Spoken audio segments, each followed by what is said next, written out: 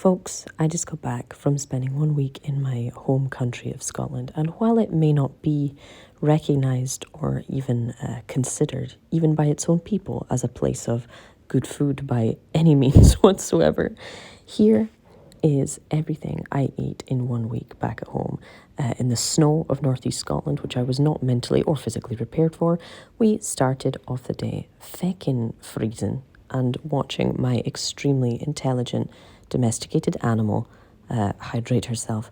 For the unaware or uninitiated, my mother is a living saint who made my favourite chocolate hazelnut cake to celebrate me coming back. So that was breakfast, followed by kind of classic carrot and lentil soup that I made for lunch with some shot-bought ciabatta, because who would have the time? Then had myself a fat, juicy orange before cooking dinner.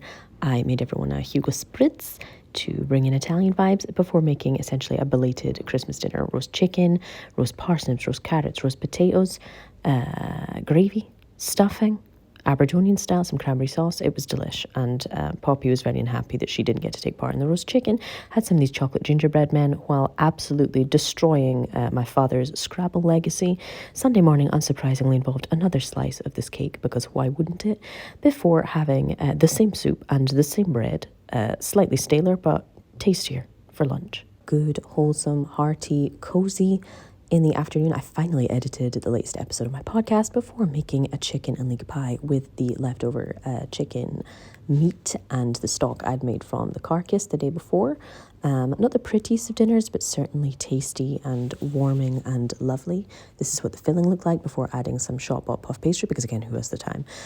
Made myself a little chef's drink while cooking up some peas and some onions in a bit more of the chicken stock, and this is what it looked like. Like I said, not the prettiest, but definitely delish, and, nice British vibes for coming back to. Fat orange again in the evening, and a long sleep before waking up on Monday to have, surprise, surprise, folks, a couple of swigs of mango kefir and a cheeky banana, and then, of course, another slice of this chocolate hazelnut cake. It's one of those cakes that is always better sort of on day 1 or 2 after being made, because it just gets moister and more chocolatey. At lunch, I wanted to use some of my favourite Christmassy cheese that is always available, even at this time of year. Wednesday with cranberry, with some chicken breast, like some cold chicken breast that we had to use up, and put it on this rather fancy brioche bun that we had in the house with a little bit of cranberry sauce that was still to use up. And that was it. A little bit warm, but not like totally toasted, but lovely. Salty, meaty, sweet, tangy, buttery, everything all in one. And this is what I looked like as I ate it. It was still snowing. Absolutely no desire to go outside.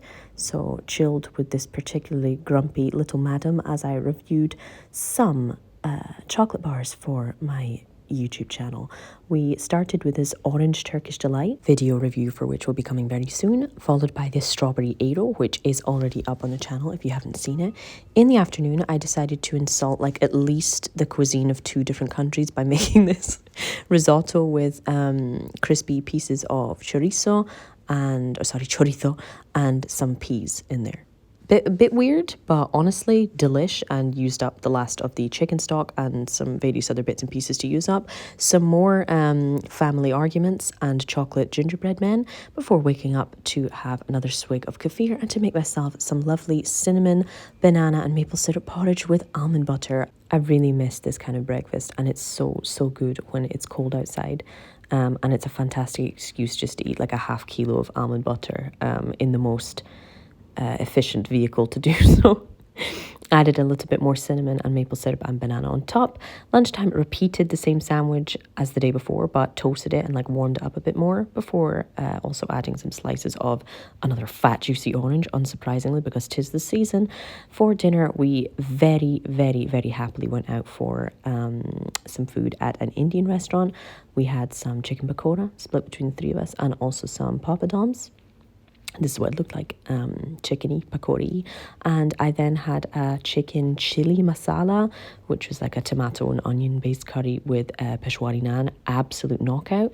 Wednesday repeated the exact same bowl of porridge, but threw in some frozen raspberries. found them in the freezer and thought, why not? And for lunch, don't say innovation too loudly, but had the exact same sandwich as the day before, but with ham instead of chicken. My best friend got me this gorgeous Scottish honey as a Christmas gift, so I decided to make a cake with it, inspired by the fat, juicy oranges that I'd been eating every single day. The full recipe for this one will be on maverickbaking.com and will also be in the description box below. But essentially, a lovely sponge cake, replacing half of the sugar with that gorgeous Scottish honey, adding some orange zest before topping it off with a vanilla cream cheese frosting. This cake, I kid you not, is so simple, but is so good.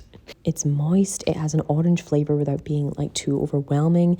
You can taste that lovely honey in it. If you like, you can add some flaky sea salt on top if you just want an absolute explosion of flavour combinations in your mouth.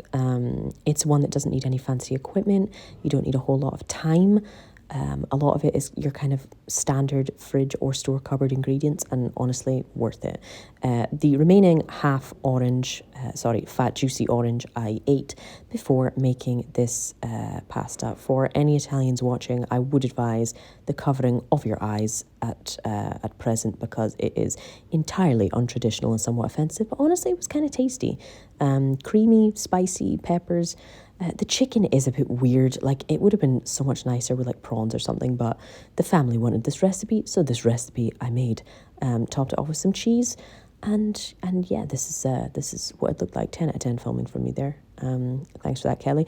Breakfast the following day was the exact same bowl of porridge as the day before, with even more frozen raspberries. As this was my last day in the northeast before heading back down to Edinburgh to start the journey home, essentially, went to Wagamama, had some bao buns, we had some miso soup, some dumplings, some wok fried greens, sharing all kind of a bit of everything, and a noodle dish that came as well. Got the train down to Edinburgh, beautiful, lovely, but still absolutely feckin' freezing Edinburgh.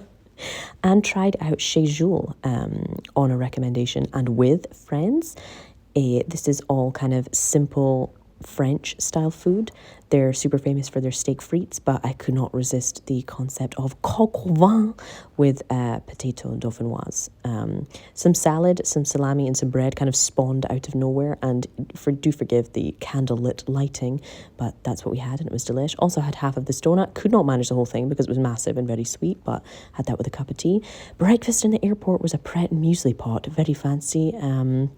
Then I bid goodbye to the snowy hills of Scotland for the blue skies of Venice, was greeted by some pasta and ragu, but always with a touch of Scotland for dessert at my own heavy insistence. That's all for this week.